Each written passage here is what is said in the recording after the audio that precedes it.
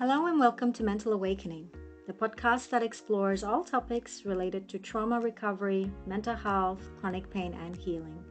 I'm your host, Sarah DeKeely, psychotherapist and mental health social worker. And in this episode, I will speak a little bit about the authentic self and the meaning of essence. Okay, welcome back, everybody. It's good to be here. I just want to start by acknowledging that I haven't been very consistent with recording these podcast episodes for you. And the reason for that is that we're at the end of this year. It's been a pretty full-on year for me personally, in all areas of my life. And so I'm just trying to honor my needs, and I'm trying to honor what I need, each passing day, and always giving from a place of fullness and wholeness, making sure that my cup is full. So thank you so much for your support, and let's get started. In this episode, I want to talk a bit about the authentic self. This is a topic that has often been quite misunderstood, and I know with clients in sessions, I get asked, well, what does that even mean? What does it mean to be your authentic self? Or what does it mean to lose your authentic self? Which I've talked about in previous episodes, that in childhood or during our upbringing, this is what often takes place. We get separated from this essence because of our conditioning, because of our environment, because of, expectations, cultural, parental expectations, the pressures and the messages that we receive. And so, the whole point of being your authentic self is really about being true to yourself through your thoughts, words, and actions. A quote by Carl Jung, the privilege of a lifetime is to become who you truly are. I really love that. And I used to read that years ago thinking, that sounds wonderful, but I didn't fully understand what it actually meant. The privilege of a lifetime is to become who you truly are. I looked at it in that superficial way where I thought, yep, I'm going to be myself, but I wasn't really myself. And now I understand what he meant with this quote. So this quote sums up the importance of growing into your authentic self, which is who you truly are as a person, regardless of your occupation, regardless of the influence of other people. It's an honest representation of you. To be authentic means that you're not really caught up in what other people think about you. You're not trying to please the world. You're not even trying to give in to these egoic notions of what you think you should be. And this may sometimes lead you to, stand out from the crowd, which can be a bit of a lonely path. I have definitely been there, and I feel like I still am there. To be authentic is, like I said before, is to really be true to yourself. It means being able to sacrifice anything that doesn't resonate with your truth, whether it's relationships, situations and circumstances, jobs, anything that diverges you from your truth. For example, if you're in a job or in a relationship that doesn't make you happy or makes you act differently or doesn't really align with the values that you have come to develop over time, because our values change as we grow, right? Then you have to actually move on from that relationship. You have to move on from that job. And being authentic means that you're honest about it with yourself. However, as we all know, this is easier said than done. It is difficult to define your authentic self because often we don't have just one self. There are multiple versions of who we are. We are one person at work. We are another person maybe with our best friend. So the self that you are with your family and your friends and colleagues, or even with strangers, continues to vary. And these, what we call invented selves, as much as they're normal, and it's what we kind of tend to do to some degree, it actually steers us further away from truly being ourselves. So authenticity is not about expressing your opinion all the time without filters. I'm not referring to not having boundaries. I'm not referring to telling everybody about everything you think, but rather being authentic is really about being self aware, taking feedback from others, being humble, observing yourself, knowing yourself. It's about answering the question to who am I? Who am I really? Many people struggle with expressing themselves openly, figuring out who they are, knowing what they want from life. And, I loved listening to Brene Brown because she talked about how authenticity means to, having a keen awareness of who you are and what you stand for, expressing yourself honestly and consistently to the world. And this is hard, we have to break patterns and it's not easy to do that. So it's really about developing a meaningful relationship with yourself, a meaningful relationship with other people, being vulnerable, but also being comfortable with that vulnerability, moving away from the constant fear of rejection that prevents people from expressing their authentic selves and put up a mask and change their behavior in order to fit in or act in a way that they think they should act. One thing that we often do when we're not authentic is that we betray ourselves to fit in. And this ends up making us feel isolated internally and alone, hiding feelings of shame, guilt, low self esteem. These are the results of when, not being true to ourselves. And that's when we need to ask, what does it mean for me to be authentic? I personally have, in my own journey, gone through this, I feel like I'm always going through it, because it's not something like it's a beautiful discovery of who I am, I feel like I'm never done with getting to know myself.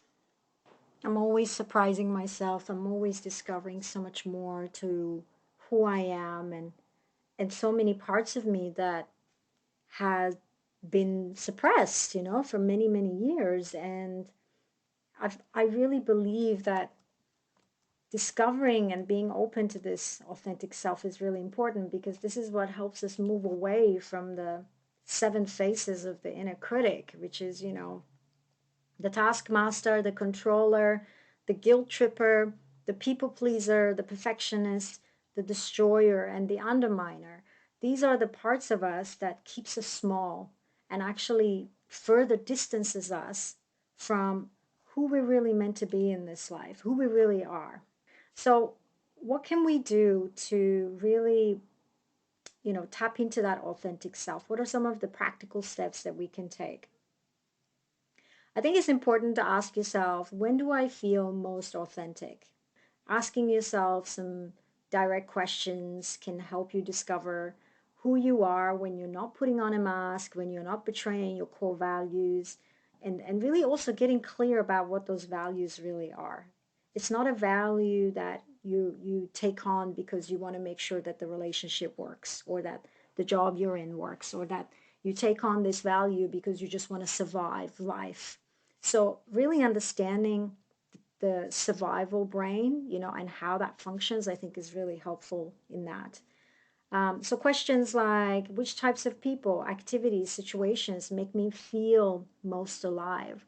Are there people or parts of my life that make me feel unhappy, angry, toxic?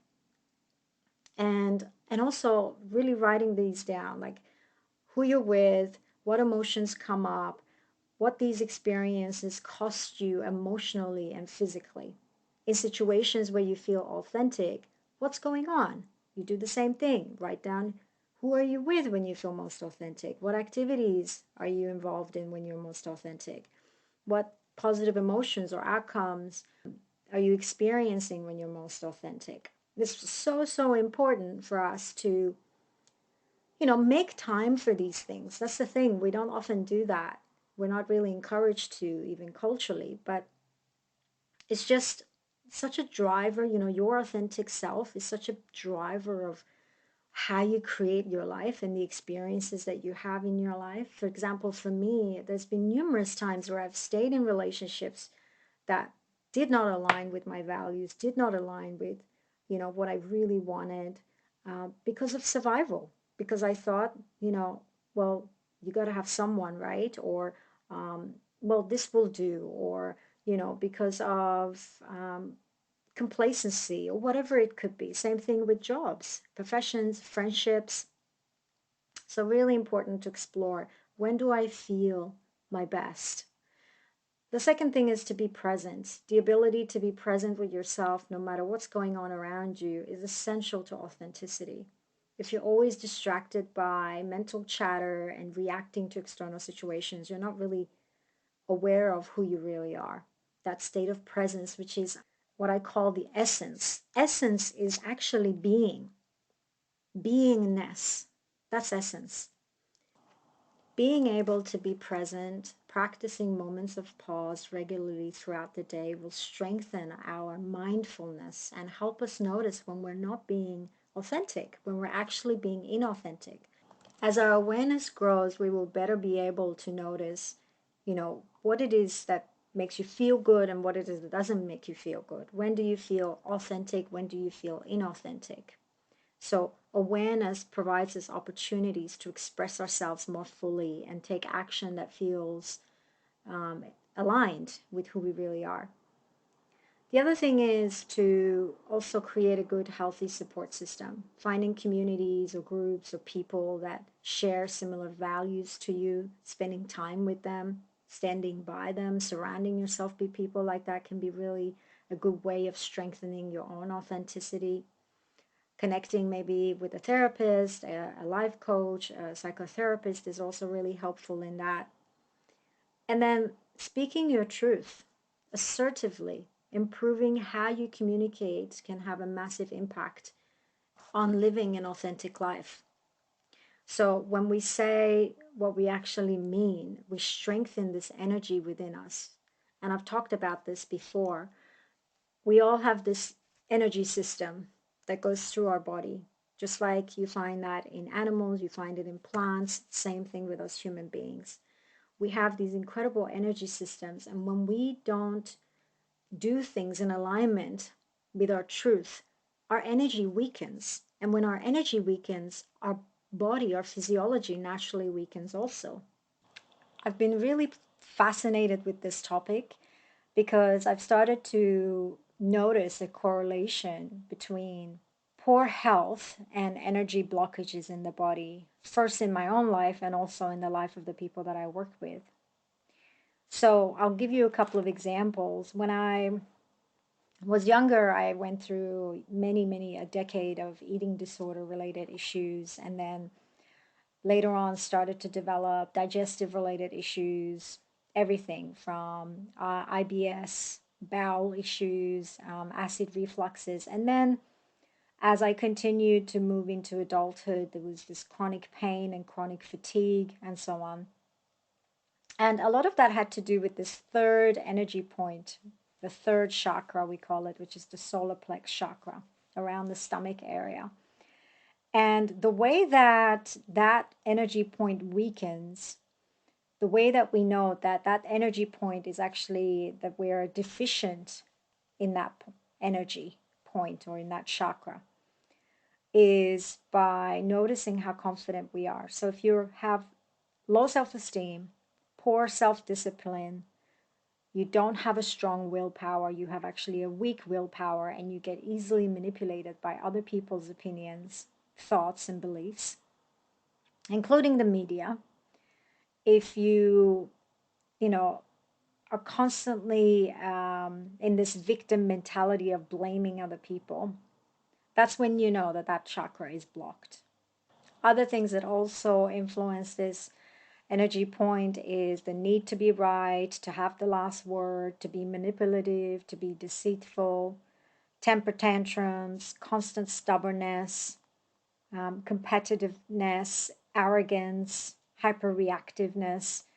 These are all the things that block this chakra. So the way that we can actually heal it is by grounding ourselves, deep relaxation and stress control activities. Vigorous exercise is really helpful. Psychotherapy in order to build a healthier ego and to release anger or even work on managing anger. strengthening the will, encouraging autonomy. So, one of the things I constantly told myself is I honor the power within me. I can do whatever I set my mind to do. So, this is how we strengthen the will. The reason as to why this chakra gets blocked often has, I mean, all of them are often trauma related issues, shaming, growing up with authoritarian figures, domination of your will as a child, physical abuse, enmeshment, punishment, age inappropriate responsibilities, which, gosh, I had plenty of, inherited shame from my parents. And so, how we balance this chakra and this energy point is really through strengthening our sense of esteem by building a confidence that is healthy, appropriate self-discipline, and really building resilience so that we're better able to meet our challenges. In my own personal journey, I've had blockages in all of my energy points or chakras. I rather call them chakras, it's easier. And I want to just, for the sake of time, because we don't have much time and I don't want to ramble on too much, I want to give you guys two more examples of what actually happens when that particular energy point is blocked. So, if we look at the second chakra, which is around the bowels and the urinary system, the spleen, and it has a lot to do with our sexual function. Lower back pain, for example, can really mean that there is a blockage there. Things like knee trouble, lack of flexibility. That particular chakra point is the second one, which is called the sacral chakra, has a lot to do with our sense of pleasure and our relationship with pleasure. So when we're deficient in really allowing ourselves to experience pleasure, when there is frigidity, fear of sex, poor social skills, denial of pleasure, when we have rigid boundaries, fear of change, lack of excitement, rigidity in our body and our attitude, then we block that energy point. When this energy point is in excess, we act in, addictive behaviors, sexual addiction, seductive manipulation, emotional dependency, obsessive attachment. And again, these are all trauma related issues. It has to do with, for example, people who have been sexually abused, emotionally abused, neglected, rejected, um, in enmeshed situations and relationships, emotional manipulation, including religious and moral severity, anti pleasure kind of beliefs that have been imposed on them from childhood, physical abuse and alcoholism within the family structure, then it can lead to blockages within this energy center. I mean, it was the case definitely for me. I really struggled with some of these issues, lower back pain, massively. It was a big part of my life in my 30s. And I also had a loss of appetite for food as well as sexual pleasure. And so the way that we heal this particular energy point is through things like emotional release or containment as appropriate, which again is what psychotherapy is for. Inner child work, really working with connecting to your inner child. Boundary work, which is again something I do a lot with my clients. And then also just assigning healthy pleasures to your life, developing a relationship with pleasure that is healthy. I love saying things like, I deserve pleasure in my life. I embrace and celebrate my sexuality. My sexuality is sacred. Life is pleasurable. So I truly believe that all of life is about balance. That's what we want to reach for. That's what we want to aim for. Having said that, everyone looks at balance in different ways. My own personal guide around balance has a lot to do with my body, how my body feels is an indication of whether I'm balanced in my chakra system or not. If my energy is balanced, I know that my body is naturally feeling good. But when my body doesn't feel good, it's a beautiful and wonderful indication that there's something that's blocked. And it's okay if it's blocked, because then we know, when once we know what's going on, we can work with that. And that's the whole beauty of this stuff, is once you have accurate information, then you can work with your body. And unfortunately, our medical system is not obviously designed to educate people about these things. I've never met a doctor who is aware of the energy system in the body or has ever talked about it. Usually, when there's something wrong with us, the first thing we do is rush to the doctor and get a pill and try and fix it.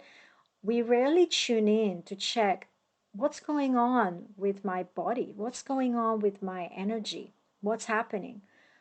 Obviously, sometimes medical attention is absolutely necessary. When my throat chakra got blocked, and that's the fifth energy point in the body, I developed Graves' disease and thyroid related issues.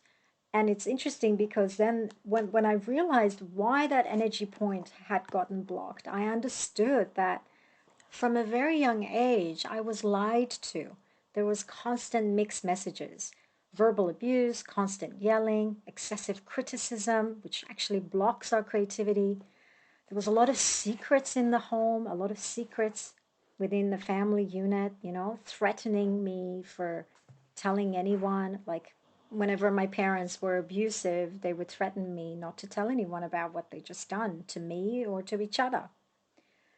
Authoritarian parents, don't talk back to me kind of a thing, including obviously addiction, any kind of dependency. Don't talk, don't trust, don't feel. So, what this does, it blocks this energy point, it shuts it down. So, we start experiencing fear of speaking our truth. Our voice becomes small and weak. There is a difficulty putting feelings into words. There is poor rhythm, introversion, shyness. And when it's in working in excess, then there's too much talking. Talking as a defense, inability to listen, poor auditory comprehension, gossiping, dominating voice, interrupting people, being overbearing. And then obviously physically, you'll experience things like tight neck muscles, tightness of the jaw, um, disorders of the throat, which is obviously thyroid related, ears. It could be anything, including your voice. And so the way we heal this particular energy point is making sure that we loosen our neck and shoulders consciously throughout the day, checking in. Am I holding my neck and shoulders tight? Am I, you know, tensing up? Singing, chanting, storytelling, journal writing, practicing silence, and non goal oriented creativity, which I love. Creating for the sake of creating, not to try and get something from it, not to try and be acknowledged for it. Do it because this is how you express yourself, because this is your truth. So in psychotherapy, what I go through with my clients is how to learn about healthy communication skills, things like inner child communication. I love to always repeat some of the following sentences to myself, that my voice is necessary. I hear and I speak the truth. I express myself with clear intent. Creativity flows in and through me. So if you can resonate to anything that I've talked about, then I really recommend that you either book an appointment with me or look into the energy points, the chakra system in the human body, because it's absolutely fascinating and very spot on. So what strengthens our energy is often authenticity, being honest, being truthful, doing things that you love, having very healthy boundaries with everyone in your life. Some people tend to be passive communicators and they kind of tend to hold back in sharing their opinions. We call them introverted, which I don't know if I even believe in introverted, extroverted, because I think we always have both. It's just that Sometimes we don't feel safe in certain scenarios to express ourselves, and I think often that has to do with trauma and unresolved trauma and conditioning. Some people tend to be aggressive and dominant when they communicate, whereas other people can be really, hold back. And so practicing assertive communication really allows you to speak in a way that's open, honest dialogue, respectful to other people's needs as well as your own, and really encourages that balanced way of communicating. So, so assertive communication isn't actually aggressive communication, just to clarify that. And it's something that really helps you with the implementation of boundaries. If you guys want to know more about boundaries, please listen to episode 8 where I talk a bit about boundaries. The next thing that's important is to every day take little steps towards authenticity, because it can feel like a really big abstract concept, but when you actually look at it, it just comes down to your day-to-day actions. It comes down to what you do every day. So it could be anything from spending a few minutes researching a career change or practicing something that you love, something that brings you joy, something that makes you present. Committing to all of these little small tasks can really help you to become a more authentic person. You'll be surprised at how much better you actually feel in time as you do this. The next thing is to recognize the influences that are internal as well as the influences that are external. So, for example, making time to reflect and notice, do I put pressure on myself because of whatever beliefs I have taken on that are no longer serving me? Or is it that other people are putting pressure on me? So, yeah, just self reflecting on these things. What are the pressures? Is it cultural pressure? Is it pressure that I'm putting on myself because of my beliefs, because of family, because of friends, and so on? In order to live an authentic life, we have to have an open mind. We have to become aware of our inner critic and exercise compassion for ourselves and compassion for other people. Really nurturing creativity, nurturing the things that we enjoy doing, opening our heart more, letting our walls down, tapping into that vulnerability. And this is how you start to feel more like yourself, like the child that you once were. Children are often the most authentic thing that you can ever find because they're just so true to who they are until they start to notice and realize that, oh, I actually need to be how other people want me to be in order to receive love and attention. And that's when they start to edit themselves.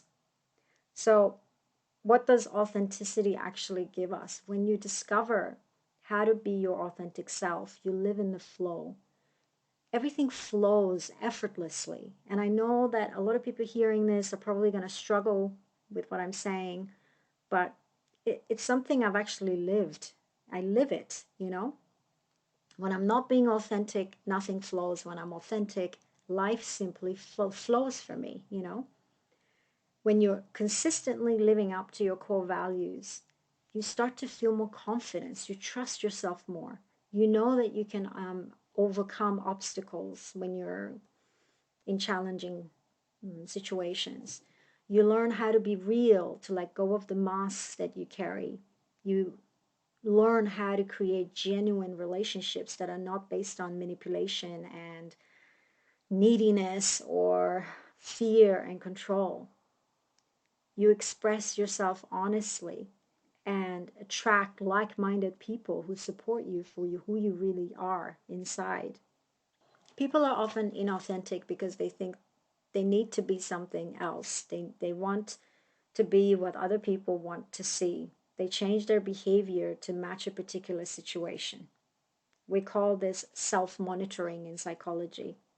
This is when we try to put ourselves in cultural boxes and do whatever we can to meet these expectations. So, for example, we might not go for what we want in life because of how inappropriate it could be culturally based on our age, or we might not really feel the emotion of joy and express it fully at every moment we get because of how others might perceive us and what they might think of us, or how they might put us in a specific box based on how we appear. These are just a few examples of how fear holds us back: fear of rejection, fear of judgment.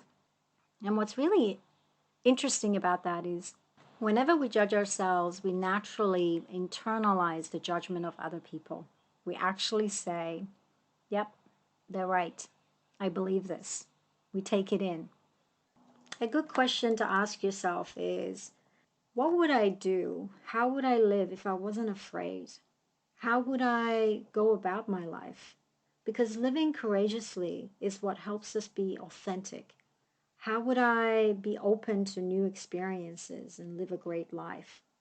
So, to be authentic and to strengthen that muscle within us, we need to live courageously. We need to choose love over fear. There are only two emotions in life that are pretty much the driving force behind everything, and that's love and fear. All positive emotions comes from love. All negative emotions comes from fear. From love flows happiness, contentment, peace, and joy. From fear comes hate, anxiety, guilt, and shame. I love this quote by Brené Brown. Yes, another quote by Brené Brown. Because true belonging only happens when we present our authentic, imperfect selves to the world, our sense of belonging can never be greater than our level of self acceptance. So, to slowly wrap it up, I just want to say that you want to stay aware of how to be real. Whether you're interacting with someone at work or with your partner or even with your children and friends and family, you really want to be aware of, when am I being real and when am I actually trying to either manipulate or pretend or put on a mask and so on. And you always know, you know the answer inside of you. The truth always makes you feel somewhat stronger, whereas whenever we lie to ourselves and others, we kind of shrink a little bit. It's like we become more powerless and we experience more shame. Just a few examples of authenticity in different areas of life. So within relationships, you want to make sure that you're balancing meeting your own needs with caring for your partner, for example, and that you don't dismiss the importance of healthy boundaries, because this is what shows respect. This is how we practice respect towards self and the other person. Actively listening to what you need as well as to what the other person needs. At work, professionalism doesn't mean that you have to compromise your authenticity. In fact, whenever you stay true to yourself and you're honest, people tend to respect you so much more. When you play the game to get ahead, you tend to alienate yourself and create an atmosphere of competitiveness and falsehood as opposed to union. So a healthy work environment encourages open dialogue, exchange of ideas, and feedback. And so sometimes we have to tap into that courage and be the example for that. And if they reject us, if that workplace rejects you, then that's not the place for you. You have to remember who you are at your core, who you were as a child. It takes courage to learn how to be real. But when you do, when we actually do that, we set ourselves free. We start to build a life that brings us joy and meaning. And authenticity, I just want to clarify, authenticity does not mean that you have to be aggressive, that you have to have extremely rigid boundaries. No, authenticity means that you become so good at being honest and truthful and also meeting your own needs and having boundaries that are healthy, that you have nothing but love to give. You don't get caught up in the anger. You don't get caught up in this feeling of lack and needing to prove yourself or protect yourself against the world. I, for one, truly believe that life rewards courageous people. I truly do. And I'm not referring to, you know, being the martyr. I'm not referring to being the savior. I'm talking about courage in terms of really being truthful towards yourself first. Because when you are truthful towards yourself, it means that you respect yourself enough to also be able to respect others.